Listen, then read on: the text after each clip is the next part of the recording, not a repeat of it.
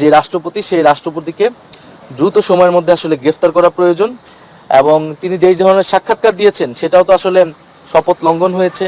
ফলে কোনোভাবেই আসলে এই রাষ্ট্রপতি আর এই দায়িত্বে, এই পদে থাকার আসলে যোগ্য নয়। আজকে জাতীয় সেনা শহীদ দিবসে আমরা গভীর শ্রদ্ধার সাথে স্মরণ করছি 2009 সালে পিলখানা হত্যাকাণ্ডে, কথিত বিডিআর বিদ্রোহে আমাদের যে দেশপ্রেমিক সেনা অফিসার যারা শহীদ হয়েছেন, হত্যাকাণ্ডের শিকার হয়েছেন, আমরা তাদেরকে শ্রদ্ধার সাথে স্মরণ করছি। আজকে বাংলাদেশের ইতিহাসে একটি মর্মান্তিক দিন।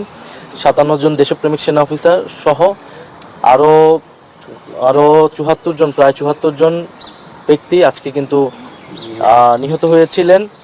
এবং 2008 সালের যেই পরিকল্পিত ষড়যন্ত্রমূলক ইলেকশন, সেই ইলেকশনের মাধ্যমে আওয়ামী লীগ প্রথম টার্গেট করেছিল বাংলাদেশ সেনাবাহিনীকে, এই প্রতিষ্ঠানটিকে। কারণ বাংলাদেশের গণতন্ত্র, বাংলাদেশের স্বাধীনতা, সার্বভৌমত্বে রক্ষায় সবচেয়ে বেশি অগ্রণী ভূমিকা রাখতে পারত এই সেনাবাহিনী। ফলে সেনাবাহিনীকে দুর্বল করা এবং যে একটা মাস্টার প্ল্যান নিয়ে 2008 সালে আওয়ামী লীগ ক্ষমতা এসেছিল, ফ্যাসিবাদ কায়েম করেছিল, সেই পরিকল্পনার অংশ হিসেবে শুরুতেই সেনাবাহিনীর বিরুদ্ধে এই নীলনকশা ষড়যন্ত্র চালানো হয়। এবং যার সাথে জড়িত ছিল পার্শ্ববর্তী দেশ ভারত এবং বাংলাদেশ আওয়ামী লীগ, ফ্যাসিস্ট আওয়ামী লীগ, তারা এই পরিকল্পনার সাথে সরাসরি অংশ ছিল।